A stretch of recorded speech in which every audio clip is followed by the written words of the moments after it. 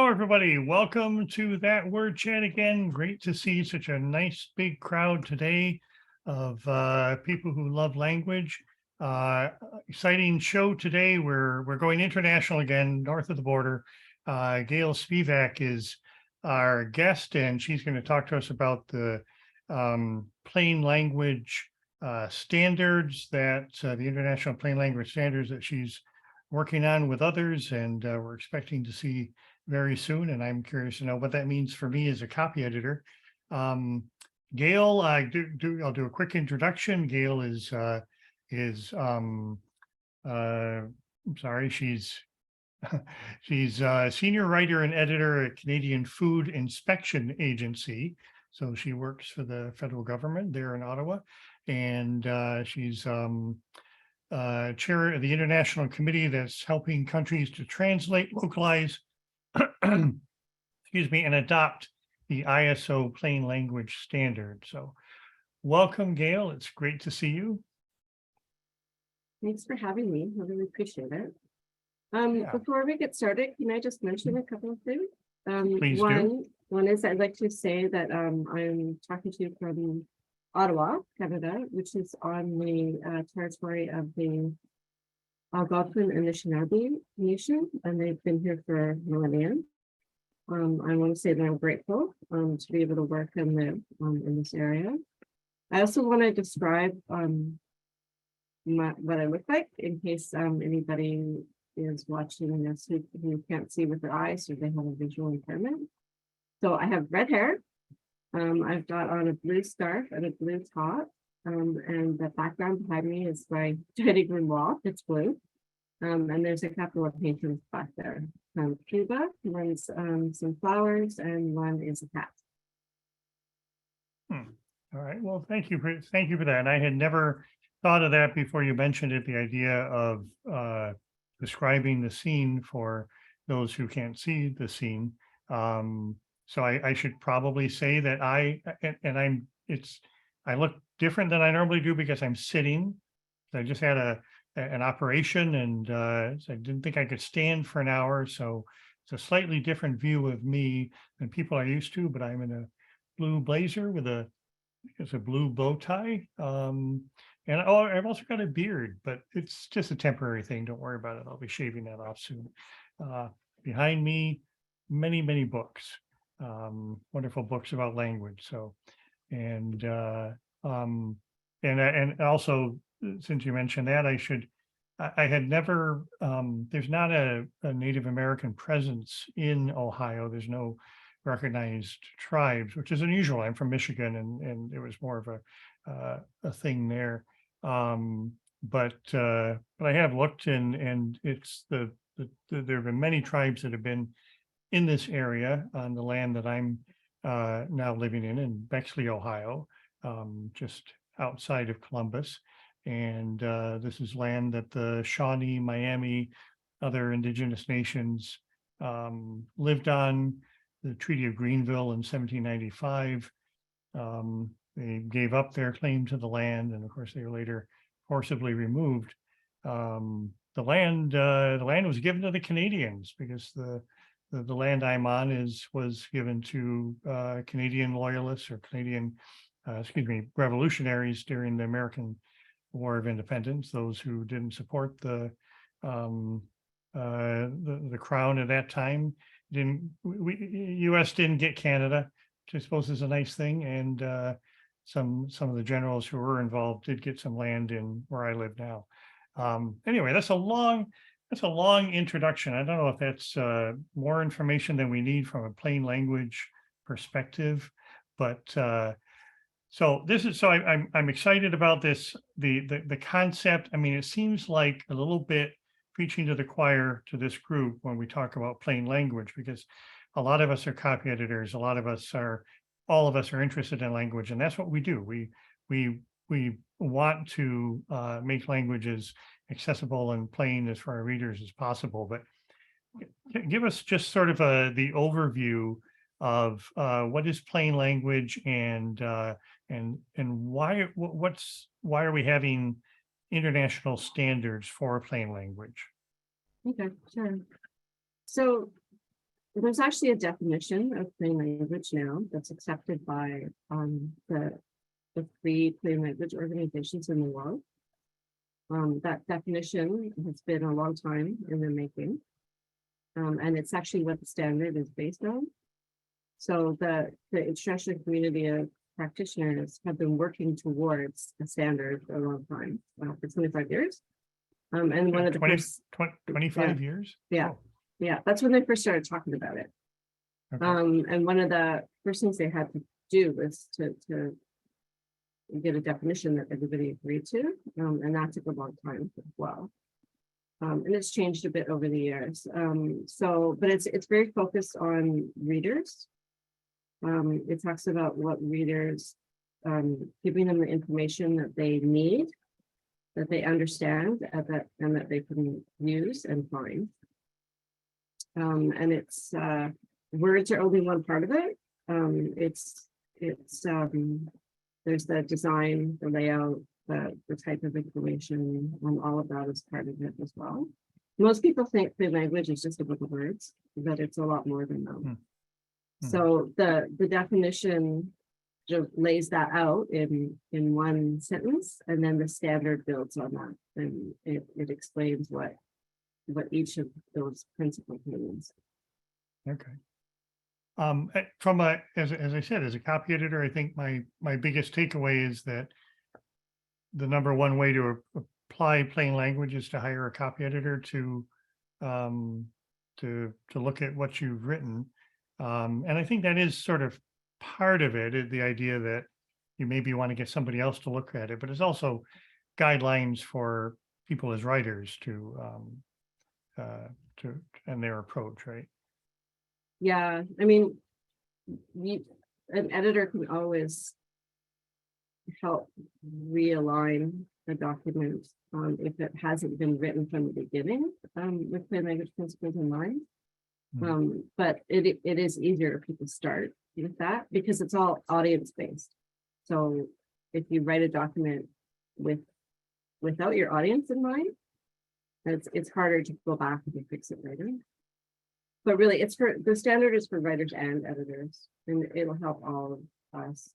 I do both writing and editing. So I can speak from experience about the writing part as well as the editing. So where is the standard right now then? So it's gone through several drafts. The reason it goes through drafts is that it has ISO has a very particular process to get to a consensus. Everybody has to have a voice. So everybody who's on the committee has to be heard. And any concerns they have, those concerns have to be addressed fully. So that sort of consensus process takes a long time. And it also means you have a lot of drafts. So that's a big part of the reason that it's taken as long as it has. But that also means that with all those people, you know that what you have is pretty much what everyone's in agreement with it. So there are 25 countries that have added direct input into the standard, and then it's brought out to hundreds of other people. So where it's at now is we're really close to having it published. But we don't know for sure because ISO is in control of that. So we don't know exactly when it will be, but they did say that they would give us 30 days heads up. So I will be starting to get people to tweet and post about it 30 days before, or when they give us that heads up. So okay, so we haven't had the 30 days yet, so we've got a little bit of time. Yeah. And ISO is the International Standards Organization. Is that the? It's the International Organization for Standardization. Okay. Yeah, the additionalism, I think it's from the French name. Probably, so yeah. The two letters are inverted, yeah. Okay. And so maybe you take me back to the beginning. You said that this has been going on for 25 years, talking about plain language. I know the US has a plain language is written into the federal law. I'm not sure the effect of that. I haven't, looked into it too much, I suppose. But there is a law that federal agencies are required to conform to plain language ideals, I suppose. But take me back to the beginning. How did the ISO,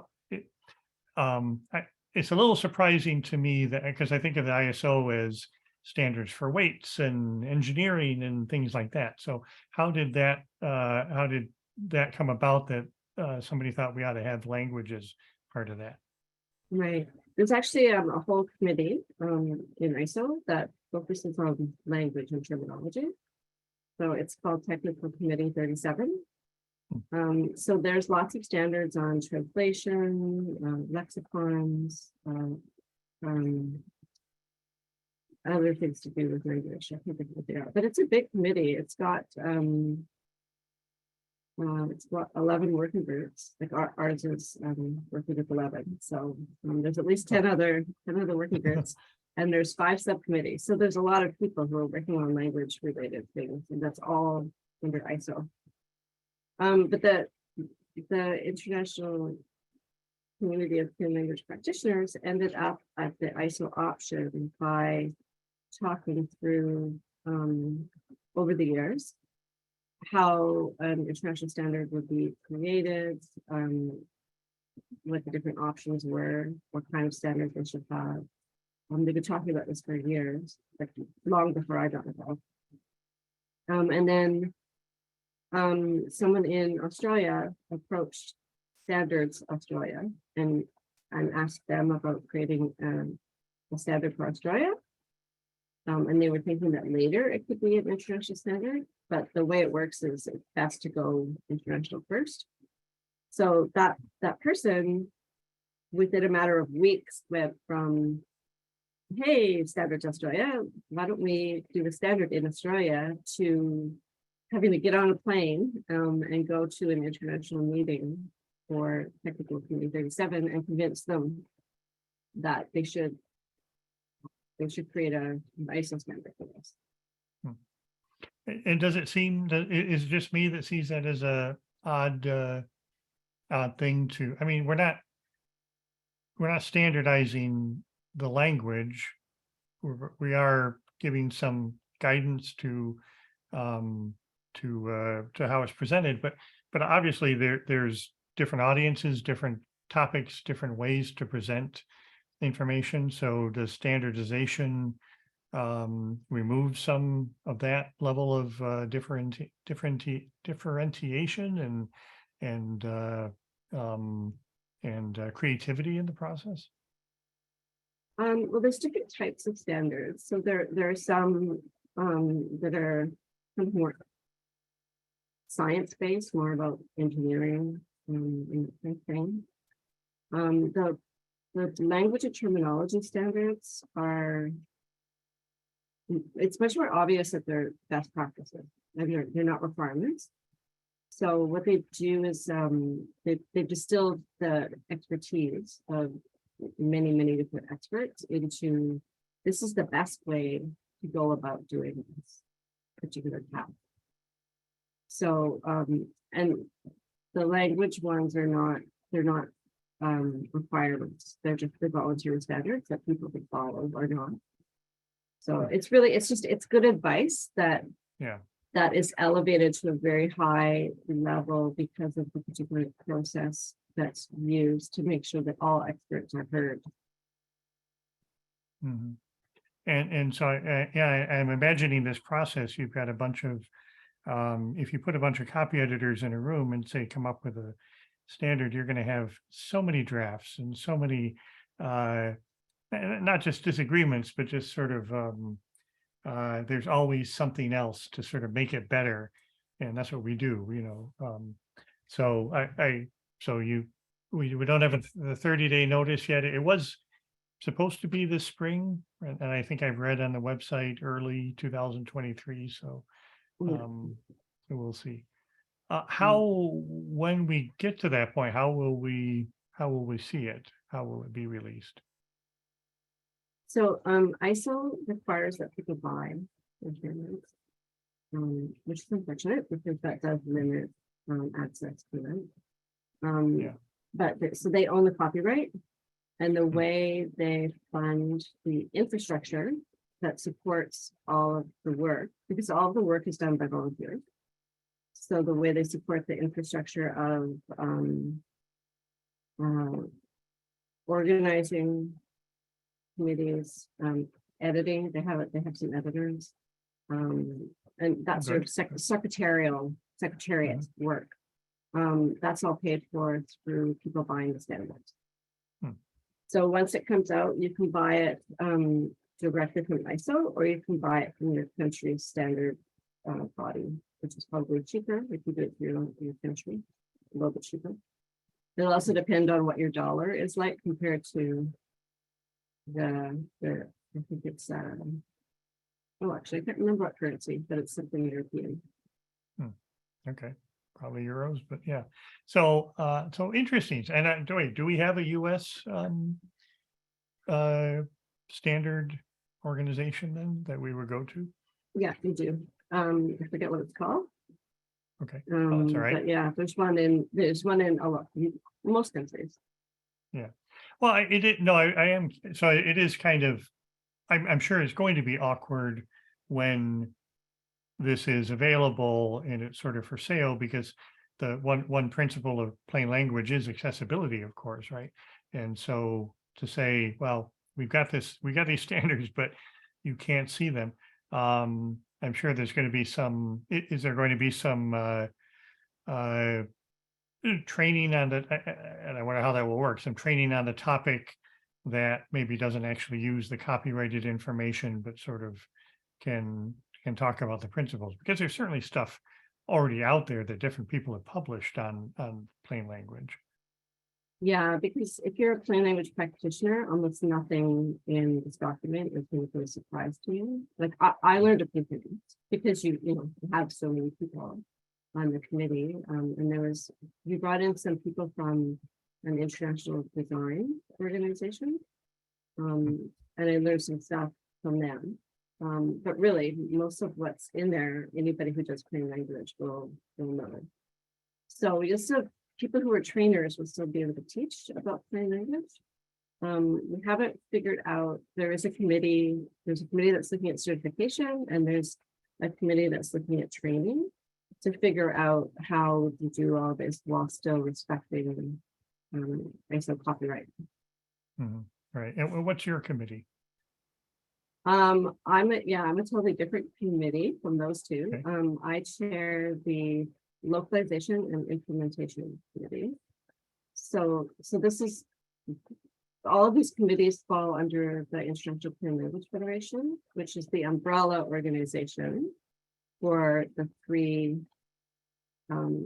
international organizations for plain language.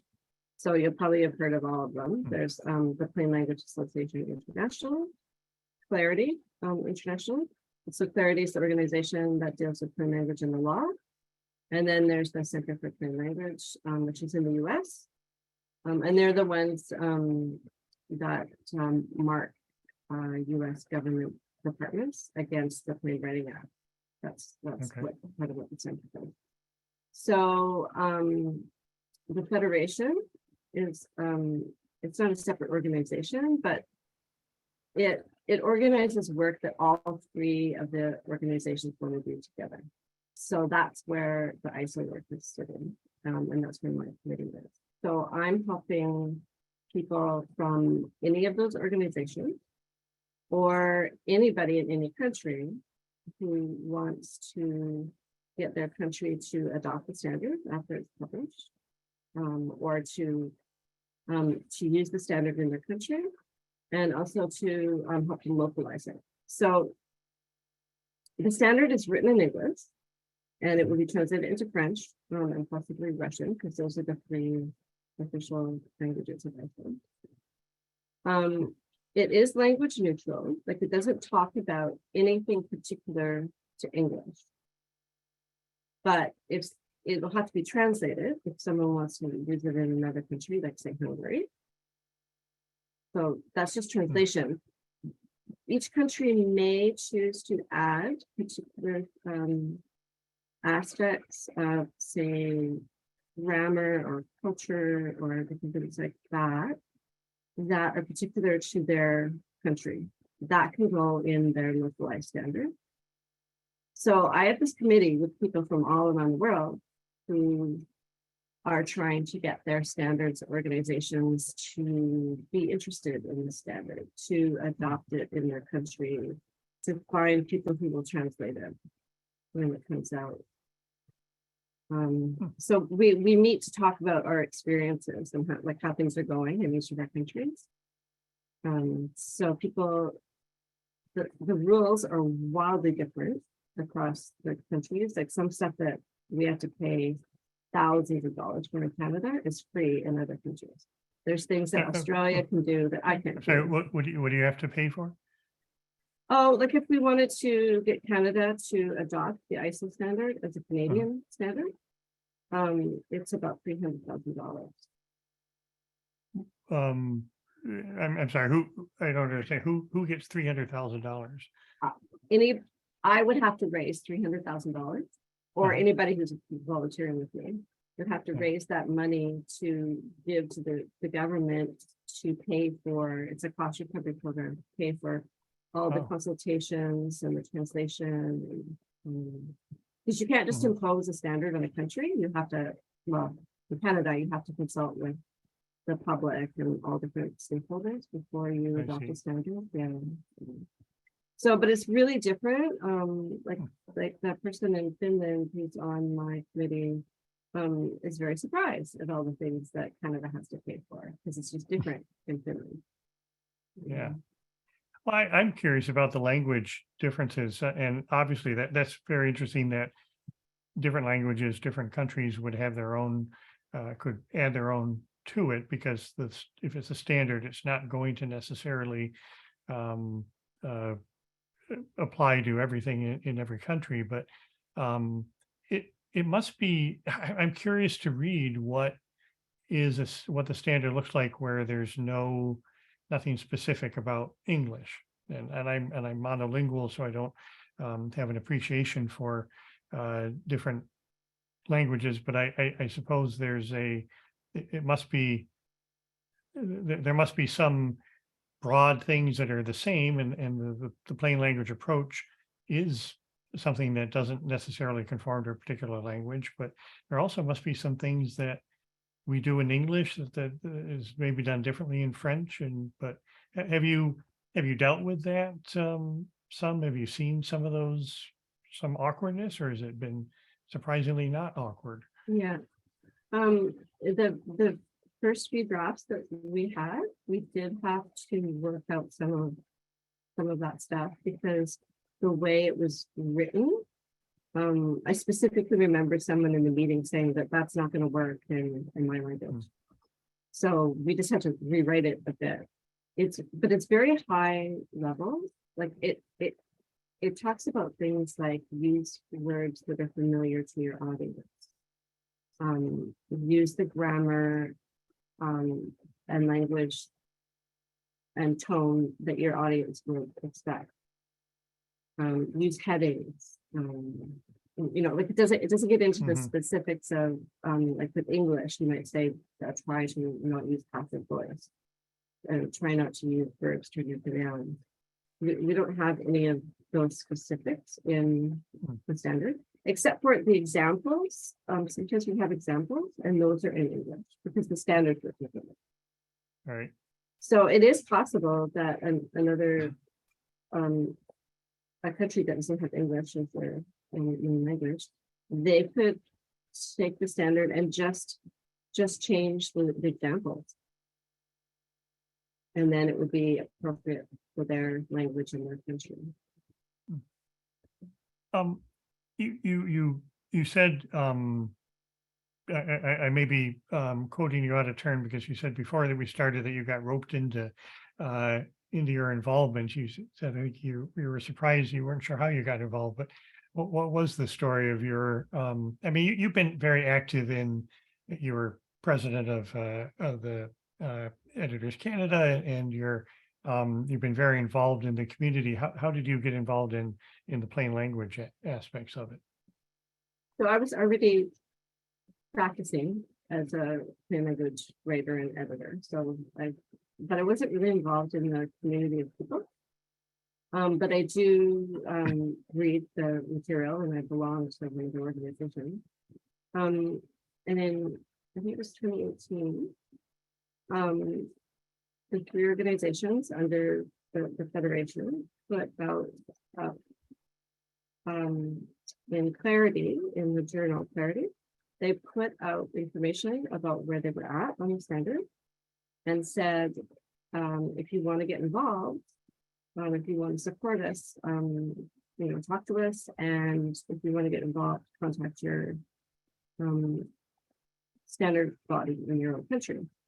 So because I was president of Editors Canada, I asked the board of directors if we could send a letter of support to the Federation to say that we support your work, we agree with it, it's great. And let us know if you do. Yeah, I hope you. So that brought my name to their attention.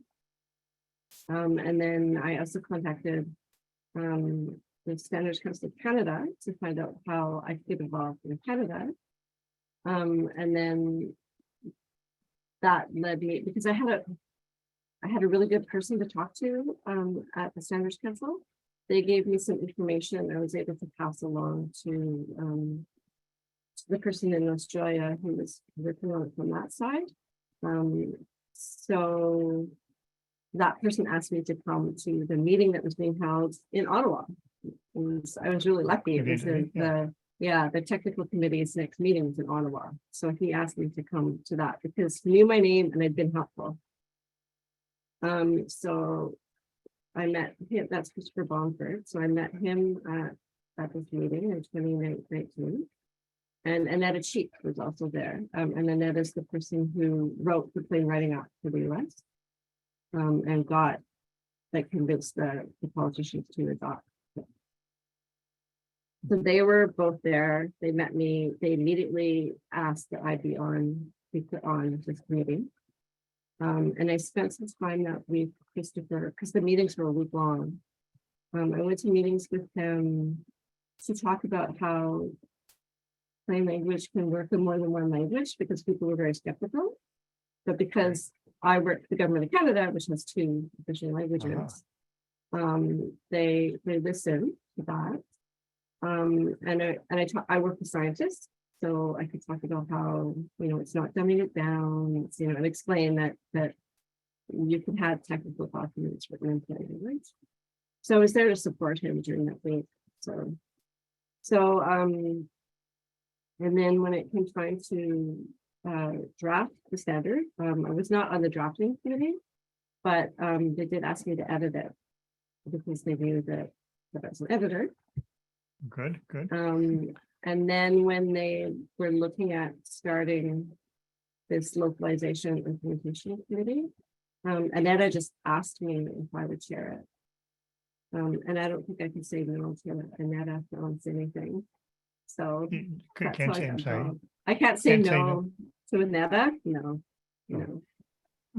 She's been a hero, a plain language hero of mine for years. So it was amazing to meet her in 2019 at that meeting. And then when someone like that asks you to do something, it's hard to say no. So, and they're very welcoming. They're an amazing community of people. They're very respectful of everyone's expertise. And they're just really excited to work with people from different countries and different areas of work.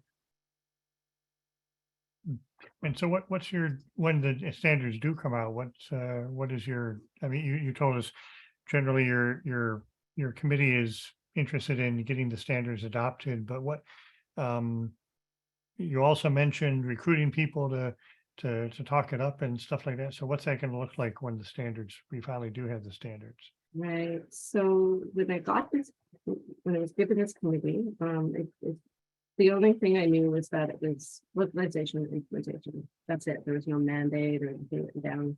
So to kind of figure out what my committee would do. And I could already tell that there was a bit of communications work that was going to have to be done around it. So I talked to a friend of mine into helping me write a communication strategy. She's one of the best communications people in Ottawa. And strategic communications is a hard thing to do. I couldn't write it on my own. It's Alice Danjou. Actually, she's the daughter of Lee Danjou, who's one of the founding members of Editors Canada. Oh, sure. And she's Yeah, very often in our audience. Yeah. Well, Elizabeth, her sister, is the Oh, I'm editor. sorry. Oh, Yeah. right. So this is Alice, Oh, another yes. one of the Danjous. Uh-huh. Yeah, she's a good friend of mine. So I roped her into writing a communication strategy for us. So using that, when some of the other people on my committee are communication people as well.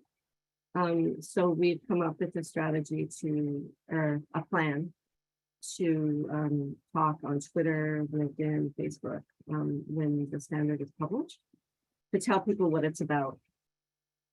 And I also arranged for the press release to be translated into about 25 languages. So, because I'm trying to make it so that it's not English centric. Mhm. And we'll be, Is that difficult? Is it mostly English driving it, or has that been a problem?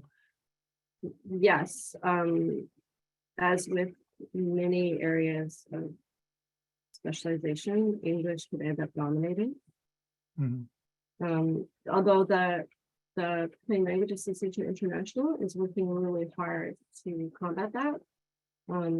So they're actually creating sort of like little subcommittees of groups for different languages so that people can, and there's lots of stuff that's been published in other languages. It's just that, like, if the Spanish people, you can talk to the Spanish people about it, but English always dominates. So most of the stuff gets done in English, but there's tons of work that's been done in Spanish, in Dutch, in German. There's lots. So the Plain Language Association International is really facilitating people being able to not just talk in English about them. Yeah. We have some questions, and I want to make sure we take the time to answer all the questions from the room. I imagine this topic will have more questions than usual. So maybe we can go to a question from the room. Yes, we have Laura. Laura, do you want to unmute and ask? Oh, sure. Thank you. Gail, I was going to ask you a question, and I hear often, just because I thought other people might have this question, and I think I know your answer, but I'm going to ask it because I thought it might be useful to others. So some people might ask where they would be using plain language, and what does this apply to? Does it apply to communications to the public from government to industry to universities and colleges, or does it apply to adults only or children only or whatever? And so I'm raising that just so you can settle that question, if you would, please. Sure. Okay. Thanks, Clara. Thank you. So because plain language is focused on things like who is your audience and what does your audience need, and making sure that they can find information, that they can use what they find, that they can understand it. The principles can be applied to almost any sector. It will be extremely useful when it's experts talking to non-experts, but it can also be used for people talking in technical terms, so experts to experts.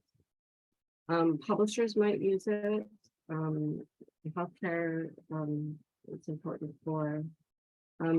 What we're saying in our messaging is that it's useful for any sector. We did agree the other day, though, that if you're writing a love letter, it might not be particularly useful. Thank you. Well, I would think it'd be very useful in a love letter. You don't want to bore the person with the history of love, right? Before you, and then if there are other yes. Mark, do you know the saying, don't tell me the whole history of coffee?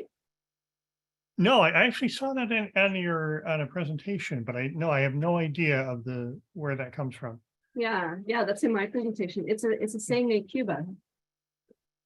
That's what they say when they're like, you're telling me too much information. But you're the whole Oh, history of really? coffee. Yeah. The whole so- history of coffee. So the Yeah, whole history of love. of love, yeah. Yeah, yeah. Well, and it strikes me another area where it may be useful. You mentioned healthcare, and I know Iva Chung's done some stuff in this area that, when you're dealing with healthcare, you're dealing with professionals who have their own language and their own way of dealing things, and the people who are receiving that information are everybody. Literally everybody gets sick, and you shouldn't have to have a college education to translate what's going on when you need your healthcare advice. So is that an aspect of it? I think of it as government and law, but probably there's an aspect of just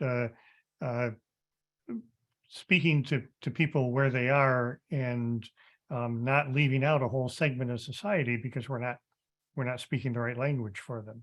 Yeah. And experts talking to experts, that sort of very technical document that can still be in plain language, because it's about using words that your audience knows, and what do they need to know. So depending on how it's written, even something that has jargon in it, and very technical, can still be written in plain language. Mhm. Right. I always make the point that when we're using acronyms, that people will say, well, I want to use these acronyms because that's the language that we speak and people know that. But in reality, you have to think about it. Even if you're very familiar with a topic, the acronym comes up, you have to think about it. It's extra work. And I think most people would appreciate not having that extra step. Right. So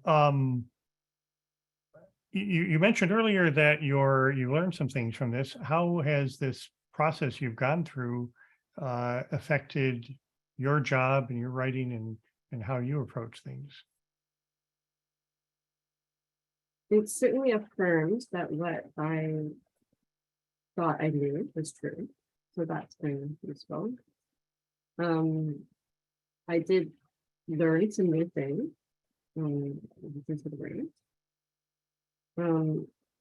It certainly solidified at my workplace. It's given me a lot more credibility, especially because my work is it's a science-based regulatory agency.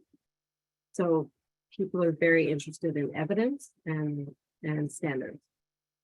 So the fact that I'm working on an international standard has given me a lot more credibility at my workplace, which is great. And I've also been able to influence Government of Canada advice on communication with way, because I'm working at an international level now, and I'm working on the standard. And then once it's published and my work buys it for me, it'll be like, it comes with a checklist. So even for someone who's an expert like me in the standard, it'll be great to have this checklist, and I can just go, yeah, it does this, it doesn't do this. And it'll make it much easier for me to go back to the people I'm editing for. And I'll make sure I won't miss anything. So even someone like me can use it. But the credibility thing has been really nice. Yeah. Yeah. Well, I suppose as an editor, it's like if we could say, well, that's Chicago style, that's AP style, we can say, well, that doesn't really fit the ISO standards for plain language. And yeah, I'm looking forward to wielding that. I think that'll be one of the main benefits for editors. And you also, you won't have to have, I mean, you still have to have those conversations about what is plain language, because people have a lot of misconceptions. But to be able to say, but this is how ISO defines it, and this is the international consensus of experts. I think it'll be easier to have those discussions with clients about what her language really is. Mhm. Right. So how did you get into, let's talk about your story a little bit. Maybe we'll get back into plain language if we have time, but where did Gael Spivak get into editing? And because you've frankly been, a very important voice for editors in different ways for many years. How did this come about? So that it's interesting because my 15th anniversary of being an Editors Canada member just passed last week. I think I've heard of it before. So I've only been involved in Editors Canada for 15 years. When I moved to Ottawa, so I have a master's degree in religious studies, which is the academic study of how and why people are religious. I lived in Calgary, which is an oil town. So there's not much you can do with a graduate degree in religious studies in a place like that. So I was working in retail. I was working in bookstores. I worked for 14 years. And when I moved to Ottawa, I was really determined to get out of retail. It's a hard job. It's really hard on you, and you don't get paid what you're worth. So it's hard to get work in Ottawa. It's hard to get into the government. I happened to see an ad that a person posted. She needed someone to do a short-term contract replying to letters for the government office that was behind on the correspondence. It turned out that she used to be a director general at an important government department. And she was now doing, she had a consulting company because she didn't want to work in government anymore. But because she was well known, she had people coming to her for stuff. So she obviously wasn't going to do correspondence. So she needed someone to do that. So I said yes. So that's how I first got into communications and writing in government. And I worked for her for 3 or 4 years. She put me in different government departments, which was great to get some exposure. And that's how I met Alice Longier, because Alice also worked for this person.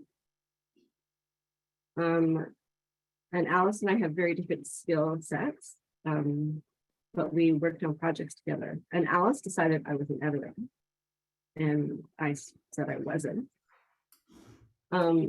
So when I was at Alice's place one day for a dinner, and her whole family was there, I went outside to the backyard, and her mother followed me out, and started talking to me. I found out later that Alice handed Lee a glass of wine, said, "Go take this out to Gail, and don't come back until you've convinced her that she's an editor." So I think Lee and I talked for at least an hour, and I kept saying no, I wasn't really an editor because I was doing writing and communications. So, but Lee really wore me down. She would say, "Well, are you doing this?" "Yeah, I did that." "Okay, that's editing." And she kept going through all these examples of things. And I had met some editors when I lived in Calgary, and I didn't like them. Really? They were actually representing an editing association, and they just seemed, I thought, I don't ever want to be like these people, and I don't want to work like this. They were very sort of Mrs. Thistlebottom type people. Oh, yeah. So that was my view of editing. Yeah. So Lee had to really break down that stereotype. So by the end of that conversation, I said, okay, I'm not going to call myself an editor yet, but if I ever get a job where I have that in my title, then I will break down. I will join your organization and I will call myself an editor. So then I did have a job that was speech coordination, which I took. It was a horrible job, but I took it because I wanted to do something different, and I wanted to learn how to get used to stress in the job. And it was very stressful because it was coordinating speeches for the Minister of Agriculture, the Minister of Health, appearances at House of Commons committees, and crisis stuff. So I was just on an assignment doing that job, but then I competed for the job and I won the job. And when that happens, they give you the job description. And you know what the title was? It was speech coordinator and editor. So I had no choice. Right? So that's the best origin story I've ever heard. I think that's fantastic. And I mean, to have Lee Danju is the one who told you have to be an editor, and then the fates just conspired to make you one. Yeah. So then I joined the association and I started taking courses but I got pulled into the volunteering pretty quickly. Yeah. Yeah. And that was a great experience. I learned a lot. And actually I have my current job because of my volunteer work with Editors Canada. I was specifically told that. Yeah. And if people don't know, Canadian people don't know how important Lee is to editing in Canada, and she was an early supporter of this show. She used to be one of our sponsors. I don't think she's able to see the show anymore. So she's, but we used to have her early on. She used to always be the first one to show up, actually, for the shows.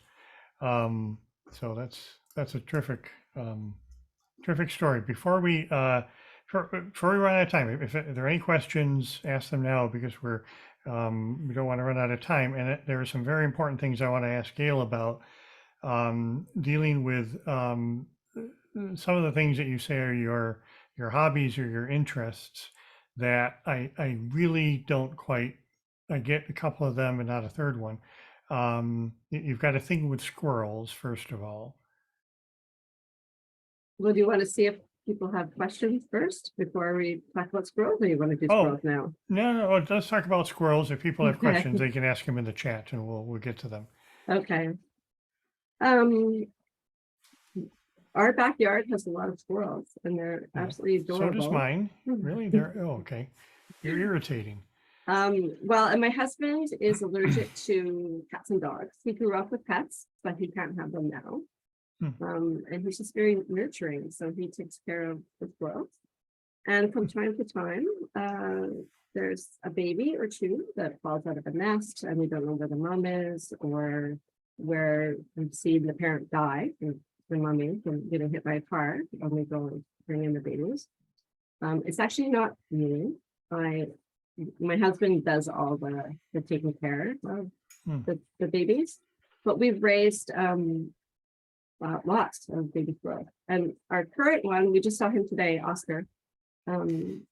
We got him in June or July, I think, and he's still coming back to see us. Excellent. And tiny books is another hobby, which I think we can all get behind. Tiny books. Yeah, maybe not squirrels, but tiny books, sure. I think I have a tiny book about squirrels. Oh, that the squirrels can read as they're recovering. Exactly. Yeah. So there's a collection of. Well, I used to work in a children's bookstore, so I first discovered little books when I was working there, and then I just when I travel, I look for little books. I've got some fabulous tiny little books in Spanish. I also used to collect Peter Rabbit books in different languages, but that was back when it was much harder to get books. Like now you can just order books in different languages, but in the 90s and the early 2000s, I had to get people who were traveling to bring me the books. So I have Peter Rabbit in about 20 different languages. So I would get like people at work who were going to China or wherever. So they would have to go off looking for children's books while they were on an official business trip. Nice. And they all did it. Right. And the third thing you mentioned was a collection of articles on the singular they. You've been a proponent of the singular they. Yeah, I got interested in this many years ago when I read an academic article about how it was very common to use they instead of he, or he/she, or whatever combination, that Right. people used to use it all the time until Victorian times, when someone decided that it shouldn't, that they shouldn't be used anymore. And that kind of thing just really gets my back up. That sort of imposition. Yeah. And the more I looked into it, the more obvious it was that it was a imposition of Victorian views and morality, in particular about women, and it was directly tied to being an anti-suffragette suffragist tactic. And then I just I actually asked James Carbeck to write about it after I first discovered the first article about it, which he did. And then I just started finding more and more articles about it. So I read everything I could find. And I started keeping a collection of all of those articles. So now I have, I think, 110 of them. And because I read so much, I wrote something, and the Language Forum of Canada published that. And I jump in whenever I see people talking out of their hats about it on social media. So is this to share? Do you have this collection somewhere of articles on? I mean, it's probably a very interesting history of thought on the topic. Yeah, I have it in a Google Doc, so I can share it Excellent. anytime. Yeah. Okay, yeah, we all want to see that. Mhm. So you have around 50 people, several dozen people in the room right now. Many of us are editors. I think all of us are interested in words. Give us our marching orders. The standards are coming out soon. What should we be doing? What would you have us do around these standards? I would say if you're a plain language editor or writer, that you should buy the standard and start using it, start talking about it. If you're not a practitioner, a writer, editor, or if you don't want to buy the standard, I would say just talk about it. And there'll be plenty of social media stuff that's coming out from from the three language organizations, and from me, and I'm hoping from Editors Canada and other organizations. So if you could help spread the word about it, that would be really helpful. And I hope that you'll be able to use the standard, because it's so easy to use, and like I found it so helpful already for me. And I'm hoping other people will be able to find it as helpful.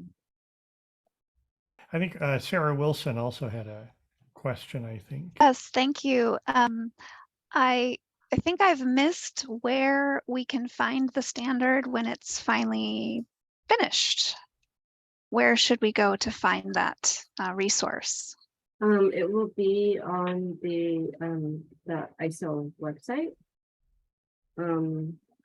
And if you can't find it, sometimes I can't find stuff on the ISO website. If you can't find it, you can always ask me or any of the other people who are working on it. Right. And as you said, we may not want to purchase it there. We may want to, if we are interested in purchasing it, we may want to go to a different place that's reselling it, maybe at a discounted price, hopefully. It will be discounted, but it will depend on what the monetary unit of your country, how it compares to, I think it's francs that the standard is sold in. Oh. So, there's something I should mention. Canada is doing another standard that Laura is working on. that there will not be a fee for it. It is a plain language standard. I don't know what's in it. And unfortunately, I can't show Laura what's in my standard because I signed a confidential, well, because we signed a confidentiality Sure. agreement with Mhm. ISO. But we're hoping that they'll align in a lot of places. But the one that they're working on, and I was working on it with her and other people. But it's under Accessibility Standards Canada. So they're doing it under the auspices of accessibility. And the ISO standards are by definition not accessible because you have to pay for them. So we couldn't combine them, but we're trying to like stay in touch and talk to each other about them. And Laura might want to add something up here, and I hopefully describe that properly. It's a little funny, but I understand the reasoning, but it is interesting that we have these standards that the whole point of them is to disseminate them and use them. And there's a little bit of a difficulty in sharing, but that is interesting. Yeah, maybe Laura, if you could shed some light on the Canadian standards, that'd be interesting. I'm just putting the link in the chat, and the Accessibility Standards Canada Technical Committee for Plain Language will be very complementary to the work that is happening with ISO. I'm sure that we're going to be able to do a future Venn diagram, Gail, to show how they are similar and how they are not similar in, you know, what they cover and what they don't. And also who they will appeal to and how they can be used. So we're in the drafting process. We're not as far along as you in that stage. And we're really, really looking forward to your document coming out. We've, you know, many of us are very much involved with the Plain Language Federation. So we feel that we'll have a lot of complementary aspects. Let's put it that way. And I'll leave it at that. There's the, I think I've put it in the chat. There's the link for that. Yeah, And there terrific. will also be, there is a series of other standards related to technical communication, which is being worked on. And then of course, there are the other more obvious standards to do with, you know, built environments and egress and signage and various other things. So the Plain Language Technical Committee is the one that Iva Chung has been on for the beginning. And I have been on since the beginning, and there are various other writers and editors involved. Terrific. Thank you for sharing that. All right. Well, thank you very much. I appreciate it. It's been wonderful talking to you. It's wonderful seeing you face to face for the first time in, well, since certainly before COVID. And it's wonderful seeing everybody here. We'll be back next month with another That Word Chat. We're also doing we don't have all the details worked out, but we're going to do a live in-person That Word Chat at the ACES, the Society for Editing National Conference, coming up in March. And so we're going to try to figure out how to do it in person and stream it on Zoom. We'll see. We'll give it a shot. So we've got some great guests coming up for you in the work. So thank you for being here. Thank you for participating. Thank you, Gail. This is terrific talking to you, and thank you all who contributed in the chat and in the room. And we'll see you next time.